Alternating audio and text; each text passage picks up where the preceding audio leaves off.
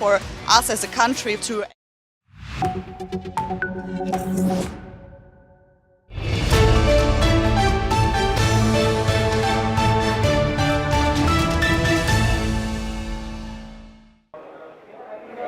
Welcome to NewsX World Newsroom. I'm Asima Katauka.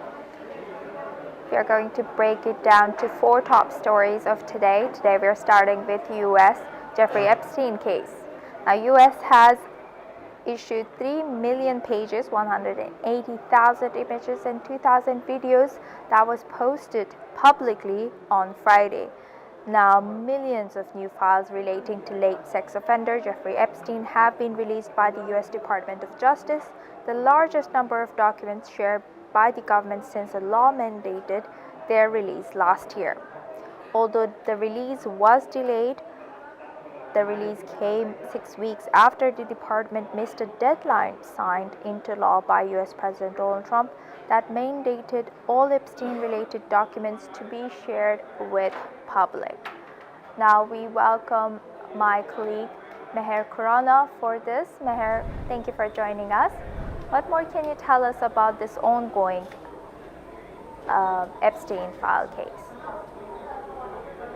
Well, yes, Asma, after a lot of delay, the US Department of Justice has now finally released to be precise, about 3.5 million documents related to late sex offender Jeffrey Epstein. Now, apart from that, they've also released about 2,000 videos and about 180,000 images that were related to Jeffrey Epstein. Now, US Attorney General the Deputy Attorney General Todd Blanche held a press conference yesterday where he stated that this marks the end of the document review process from their side. Now, this release comes as the mandated conclusion of the Epstein Files Transparency Act, which was signed by President Donald Trump last year. Now, first, let's examine the new documents that have come in, the new revelations that have been there this week.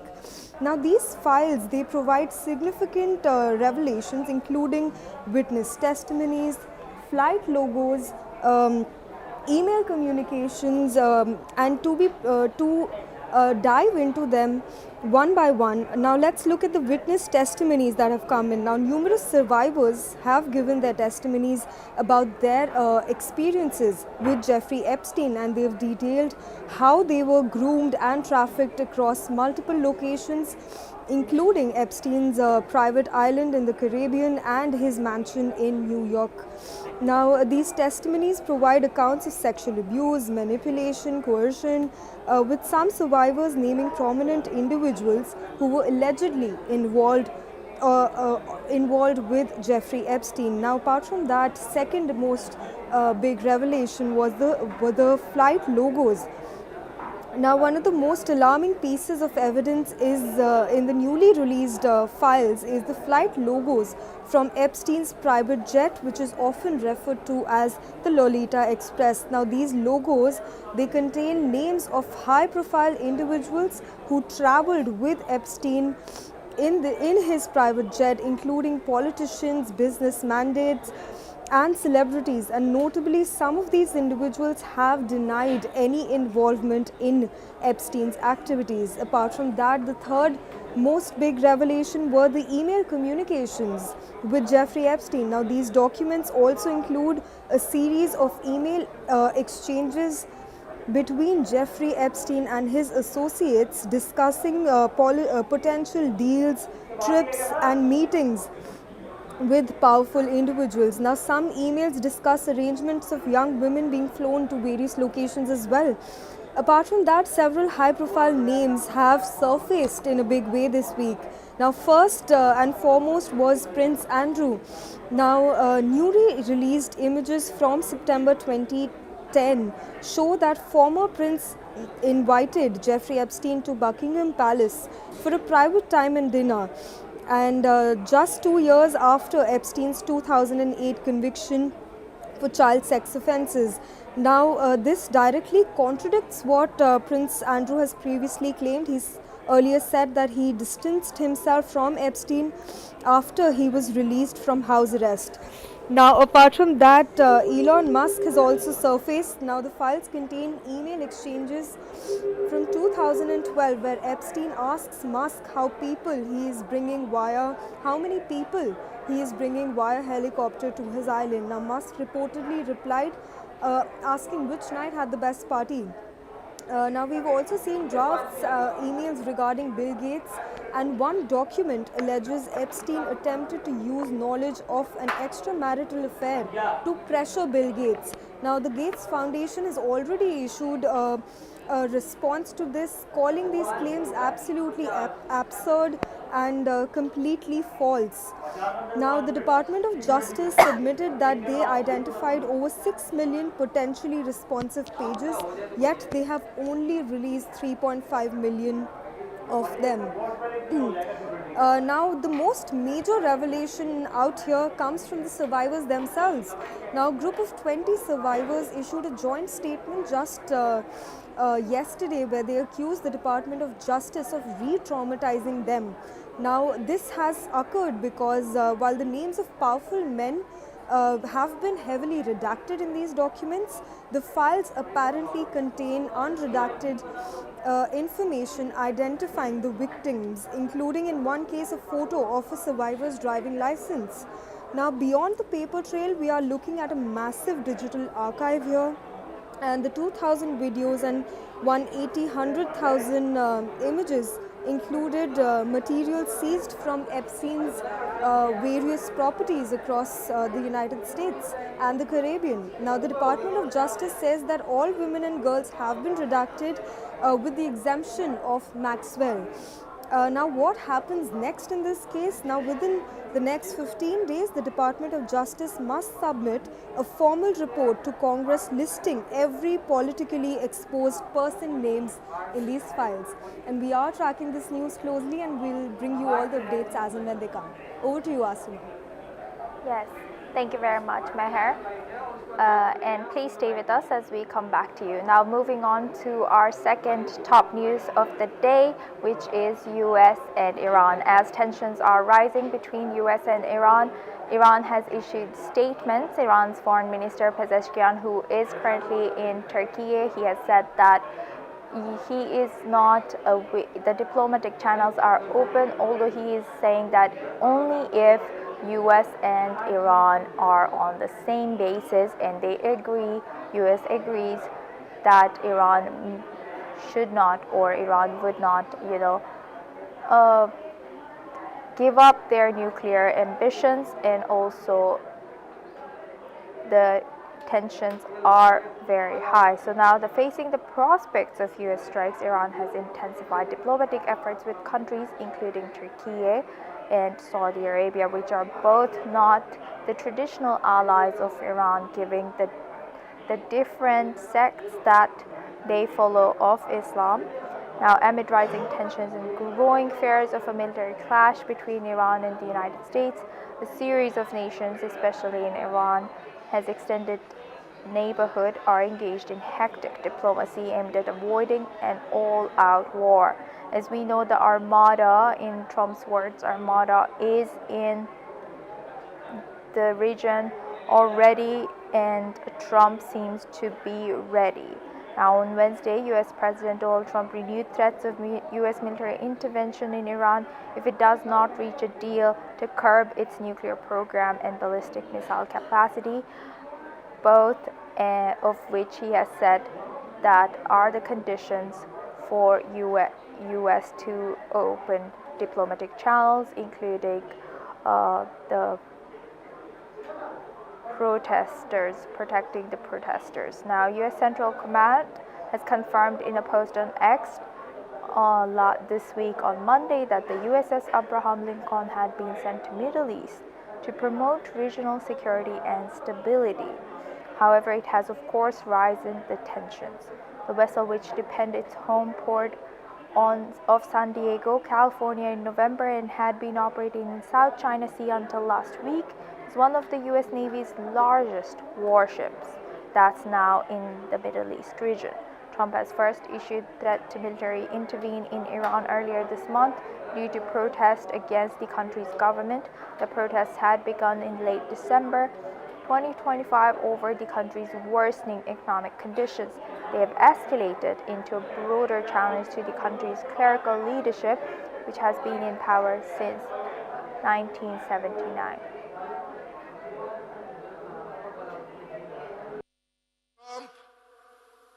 چه نتانیاهو چه اروپایی‌ها همه به دنبال این بودن که تحریک بکنن، تفرقه ایجاد بکنن و تجهیز کردن و یه عده مردم بیگناه رو با این جریان همراه کردن و ریختن تو خیابونا و تهییج میکردن که باید این مملکت رو همان گونه فرمودن تیکه تیکه کنن، دعوا و نفرت بین مردم ایجاد کنن، تفرقه درست کنن.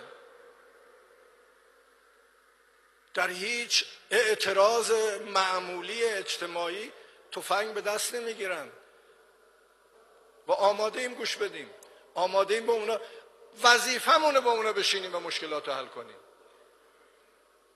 اما همه میدونن مسئله فقط اعتراض اجتماعی نبود، سوار بر مشکلات ما شدن، تحریک کردن و به دنبال این بودن و به دنبال این هستن که جامعه رو شقه شقه کنن و حضور رهبری و وجود نازنین ایشون و نگاه‌هایی که وجود داره این توطئه ها رو همیشه خنثی کرده و خنثی خواهد کرد. Now I'll welcome Meher, my colleague, back to this. Meher, what more can you tell us about this?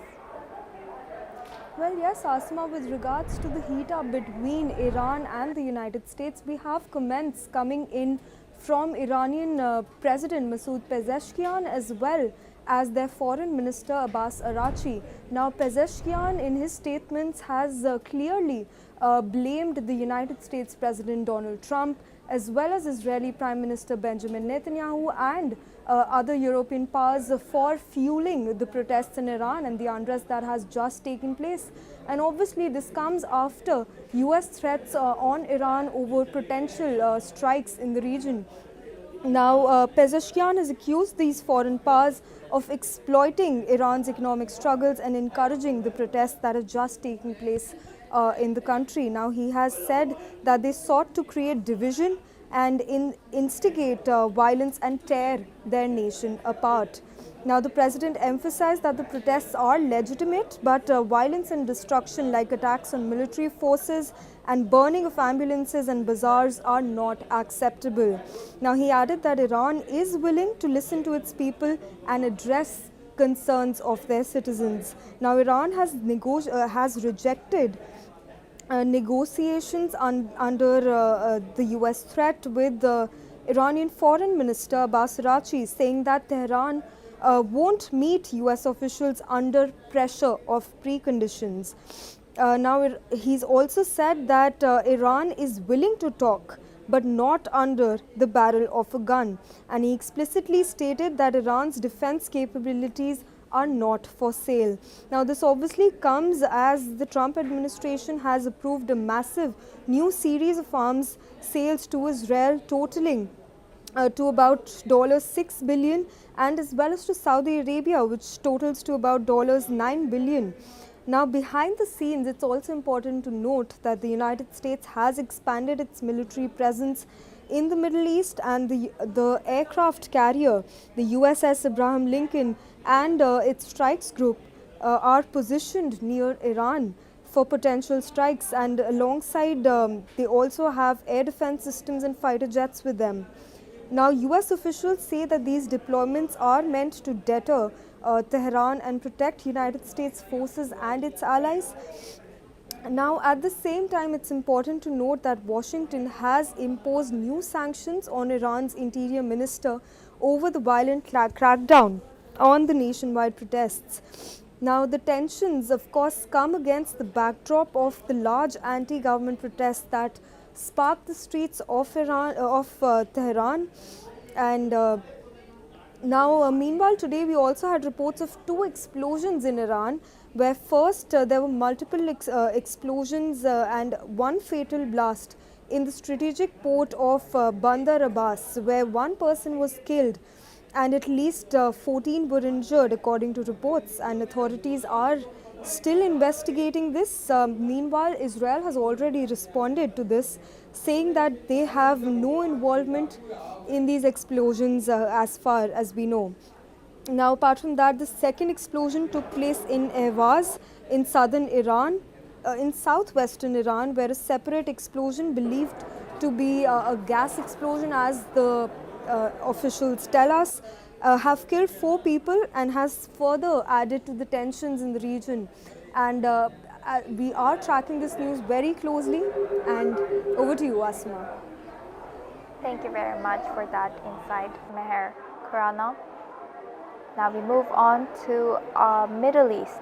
Israel has again striken Gaza, and this is the ceasefire that is fragile yet stays on for now, has been breached by Israel for more than 1,400 times, according to media reports.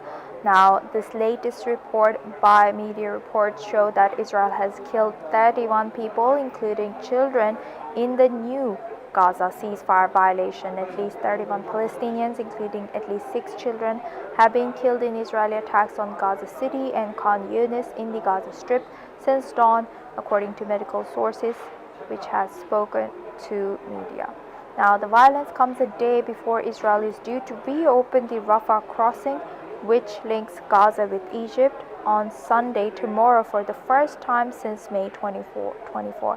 Now, Rafah is one of the only crossing way which is to go outside of Gaza. Now, Gaza's government media office has said more than 500 Palestinians have been killed by Israeli forces since the United States brokered ceasefire in Gaza came to effect on October 10th last year. Now, media reports suggest that at least 71,769 people and wounded 171,483 people. Israel's war with Gaza has given that estimate for now. Now, for this, we welcome back Meher Khurana. Meher, my colleague, will join us back.